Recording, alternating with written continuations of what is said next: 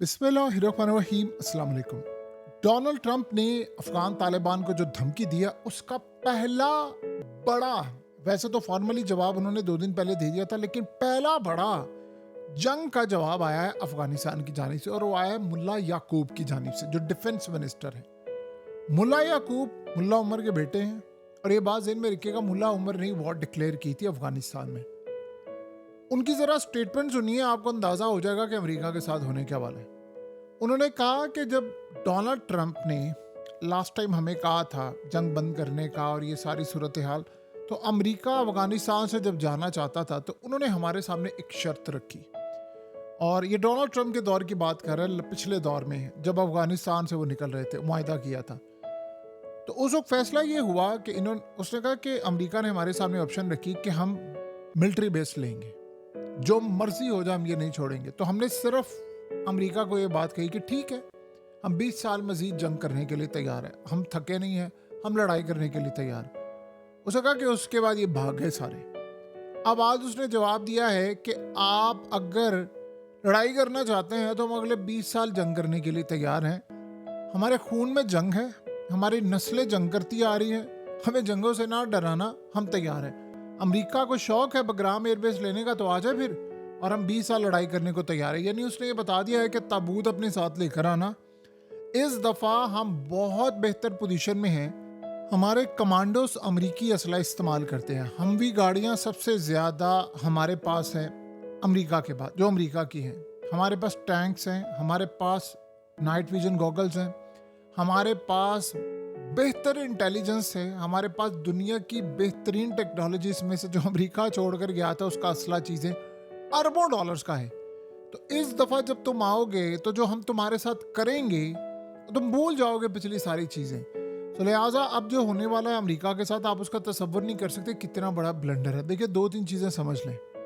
2001 में हुआ ये था कि अमेरिका ने सच्चा या झूठा जो भी उसने सूरत हाल हुई, उसे नेटो को एक कन्विंस कर लिया कि अमेरिका पर हमला हुआ है तो अफगानिस्तान से बदला लेंगे। आर्टिकल 5 इम्पोज हो गया।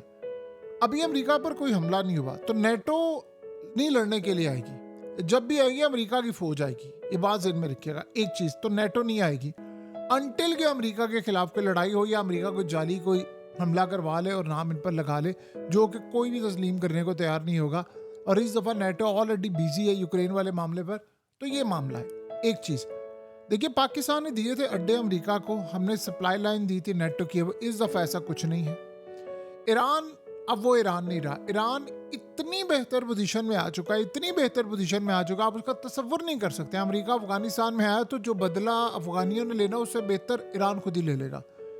अफगान तालिबान के पास एरियल इंटेलिजेंस है और वो चाइना और रशिया उसकी मदद करेंगे, भरपूर इतनी मदद करेंगे आप उसका तसव्वुर नहीं कर सकते। क्योंकि अमेरिका इस दफ़ा पाकिस्तान और सऊदी अरब के मुआहदे के ऐलान के बाद आ रहा है। वैसे वो ये कह रहे हैं हम इन्वेस्टमेंट के लिए आ रहे हैं, हम चाहते हैं माइनिंग की इन्वेस्टमेंट करें, ट्रिलियंस ऑफ डॉलर यहाँ पर लगाएं, हम यहाँ से नेचुरल रिसोर्सेज निकालेंगे, लिथियम निकालेंगे, गोल्ड निकालेंगे, तेल निकालेंगे, हम आपके मुल्क को सिंगापुर बना देंगे, ये कर देंगे, वो कर देंगे। ये सारी सूरत हाल है। जबकि असल काम ये है कि वो चाइना पर नज़र रखने के लिए आए, चाइना के खिलाफ इकदाम करने के लिए आए हैं। वो पाकिस्तान के जो मुआहदे के बाद आया है, और आपको पता है कि ये सूरत हाल जो अब सामने आ रही है ये कितनी ख़तरनाक है, और इसमें कोई दो राय नहीं है कि चीज़ें किस तरफ है। बहरहाल, एक तरफ तो ये मामला है, दूसरी तरफ ये मामला है। अब मामला यहाँ रुकने नहीं वाला, ये बात आप अच्छी तरह समझ लें। एक होता है कि मामला यहाँ रुक जाएगा, नहीं। उसके बाद आप देखिए कि जब 2001 था तब चाइना भी अमेरिका के साथ था, रशिया भी अमेरिका के साथ था, इवन के ईरान भी अमेरिका के साथ था उस वक्त इस मामले पर। तो ये बात आप ज़हन में रखिएगा, पाकिस्तान भी अमेरिका के साथ था, इंडिया भी साथ था, पूरा वर्ल्ड था। अब ना इंडिया अमेरिका के साथ है, ना पाकिस्तान इस मामले में अमेरिका के साथ है। ईरान बहुत मजबूत हो चुका हुआ है, रशिया ऑलरेडी जंग कर रहा है और उन्होंने अफगान तालिबान की हुकूमत को तस्लीम किया है। चाइना की ऑलरेडी बिलियंस ऑफ डॉलर की इन्वेस्टमेंट, उनके वर्कर्स, उन सबको सिक्योरिटी अफगानिस्तान ने दी हुई है, यानी अफगान तालिबान ने। तो अमेरिका कहाँ से आएगा? पहले तो उसको रूट मिल गया था, वो आ गया था, जलालाबाद में आ गए, फलाना आ गए, उनकी बेसिस बन गई। अब आप क्यों आ रहे हैं? आप इमेजिन करें, यही कोई रशिया उठकर कल को कह दे कि अमेरिका तुम हमें मियामी में, फ्लोरिडा में मिलिट्री बेस चाहिए, अगर तुमने नहीं दी तो फिर हम तुम पर अटैक कर देंगे। Does this make sense? कुछ भी नहीं। यही वो सूरत हाल है जो अमेरिका इस वक्त अप्लाई करने के लिए जा रहा है। आप इमेजिन कर लें कि ये पॉसिबल है, कभी जिंदगी में हो सकता है, सवाल ही पैदा नहीं होता। तो आप किस जानिब एक लड़ाई कर रहे हैं?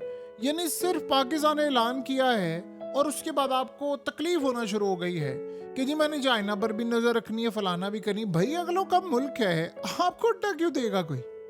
आप उस मुल्क को पालते हैं या आपने खरीदा हुआ है या आपने कुछ किया है, या नहीं हमने मुल्क लेना है। कल को आप उठकर चले जाएं और आप इंडिया को कह दें, आप उठकर दुनिया के किसी भी मुल्क में चले जाओ मैंने अड्डा लेना है। अब आपको ये बात समझ आई है कि कतर पर जो हमला हुआ है, उस हमले के बाद आप सोचें कि अगर अमेरिका को कतर से निकाल दिया जाता तो क्या तूफान मचाएगा। अभी तो सोचें बगराम एयरबेस, अल उदैद एयरबेस जो कतर में है, दोहा में है, उससे बड़ी तो नहीं है ना।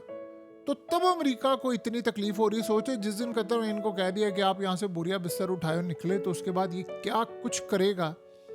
ये लोग एक दफ़ा किसी मुल्क में चले जाते हैं, वहाँ से निकलते नहीं, और ये इनको तकलीफ है।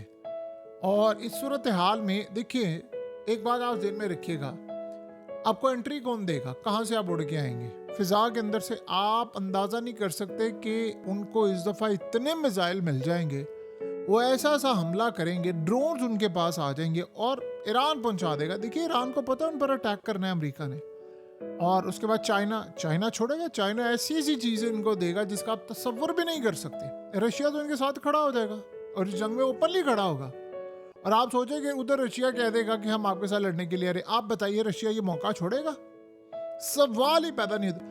पुतिन ये मौका छोड़ देगा? उसके सीने पर सोवियत यूनियन का मैप बना हुआ है, यानी उसके दिल पर वो मैप बना हुआ है। इमेजिन कर लें कि वो छोड़ देगा। वो तो यूक्रेन को नहीं छोड़ा, वो भूला है कि इन्होंने जो किया था उसके साथ, लिहाजा अब वो क्या करेगा। वो बड़ी क्लियर सूरत हाल है, उन्होंने नहीं छोड़ना इनको। आप उसका अंदाजा भी नहीं कर सकते कि उन्होंने इनके साथ हशर क्या करना है। वो इनके साथ जंग में कूद पड़ेंगे और फिर देखिएगा इनका क्या हाल होगा। ये ट्रम्प साहब जो कर रहे हैं ना, भाई आपने इन्वेस्टमेंट करनी है, आप पैसा लेकर आना चाहते हैं, आप माइनिंग करना चाहते हैं, आप एक दफ़ा छोड़कर 1000 दफ़ा करें। आपकी कंपनीज वहाँ पर आकर इन्वेस्टमेंट करना चाहती हैं, आप करें। लेकिन हम बगराम बेस ले लेंगे, मैं तालिबान को कह रहा हूँ मैं तुम्हें छोड़ूंगा नहीं, फलाना नहीं करूँगा, ये नहीं करूँगा। आपको अंदाज़ा नहीं है कि 2001 में और अब में कितना फ़र्क है। दुनिया इस वक्त असल में शायद ऐसा लग रहा है कि जिस तरह सोवियत यूनियन के टुकड़े टुकड़े हो गए थे, अमेरिका अपने टुकड़े टुकड़े करवाने के लिए इस वक्त तैयार बैठा हुआ है और उसको बड़ा शौक चढ़ा हुआ है कि यार नहीं, मैं कुछ करवा लूँ अपने ऊपर, तबाही के असरात, कोई मामलात, कोई ऐसी सूरत हाल करवा लूँ कि जिसके बाद कुछ ये मामला हो जाए सामने। भाई आपने एक जंग की है और वो जंग आप हार गए और आप यहाँ से निकल गए, उसकी कितनी तबाही हुई। बहरहाल वो कोई मामला इस दफ़ा नहीं होने वाला। कितने मुल्कों को आप ब्लैकमेल करेंगे? सिर्फ वहाँ पर आना है और आकर तबाही मचानी है, और कोई सूरत हाल नहीं है। और दुनिया को एक नई जंग कहता है मुझे नोबेल प्राइज़ मिलना चाहिए, 7 जंगें मैंने बंद की हैं। गजा जंग तुम्हारी वजह से बढ़ गई है, तुम गजा के लैंड को ले रहे हो। ये इसराइल के फाइनेंस मिनिस्टर ने कहा, उसने कहा वहाँ पर अपनी प्रॉपर्टी बना रहा और हमसे उसने गजा का लैंड भी लिया है। तो ट्रम्प मुफ्ते में तो नहीं उसको असला और हथियार चीज़ें दे रहा। और आप इमेजिन करें कि उसके बाद की सूरत हाल कि गजा में जंग बढ़ गई, ईरान जंग तुमने शुरू की, गजा की जंग को अगले लेवल पर तुम लेकर गए हो, और उसके बाद अब अफगानिस्तान की तुम जंग छेड़। कहता था मैं वो प्रेसिडेंट हूँ जिसने कोई जंग नहीं छेड़ी। जितनी जंगें इसके दौर में शुरू हो रही हैं, नई से नई तबाही शुरू। कतर पर हमला कोई सोच सकता था, कोई कर सकता था? 2 दफ़ा उस पर हमला हुआ है। एक दफ़ा ईरान ने किया, लेकिन वो किया अमेरिका पर है, और इसराइल ने किया कतर पर। यानी आप अंदाज़ा करें जो तबाही इस बंदे के दौर में हो रही है। पूरी दुनिया क्राइसिस में इस वक्त डूबी हुई है, पूरा वर्ल्ड इस वक्त तबाही की तरफ जा रहा है, और इसको अपनी इन्वेस्टमेंट बचानी है। और इसके बाद जो सूरत हाल जी, स्टॉक मार्केट पूरी दुनिया की क्रैश हो रही है, करेंसीज पूरी दुनिया की जा रही हैं, किसी को नहीं पता कि कैसे काम करना है। आप सोचें अमेरिका की अपनी बिलियंस ऑफ डॉलर नहीं ट्रिलियंस ऑफ डॉलर्स वर्थ रखने वाली जो कंपनीज हैं, उनको नहीं पता हमारे स्टॉक्स के साथ क्या होगा। एलॉन मस्क जैसा बंदा इसको छोड़ गया है। सो ये जो सारी सूरत हाल आप देख रहे हैं, ये असल में क्लियरली इंडिकेट कर रही है कि सारी की सारी चीज़ें झूठी हैं, इनका दावे झूठे हैं। इनका जो हश्र होगा वो 20 साल बहुत ज़्यादा अरसा है। ज़्यादा से ज़्यादा 2 महीने के अंदर अंदर आप सोचें इनका जो हश्र होगा, यानी अमेरिका के अपने अंदर जो तबाही होगी वो आम सड़कों पर निकल आएगी। यार ये पागल बंदा है, ये तो कहता था कि मैंने जंग बंदी करने वाला बंदा हूँ, और इस वक्त जंग बंदी की बात छोड़कर सबसे ज्यादा नई जंग ये शुरू करने वाले। ये इंतहाई बेवकूफ अजीबोगरीब बंदा साबित हुआ है जिसका तसव्वुर नहीं किया जा सकता। हकीकत टीवी साइंस एंड हेल्थ की इस वीडियो के नीचे कमेंट जरूर कीजिए, अपनी राय का इजहार जरूर करें, और इस वीडियो को हर जगह शेयर करते हुए चैनल को सब्सक्राइब जरूर करें।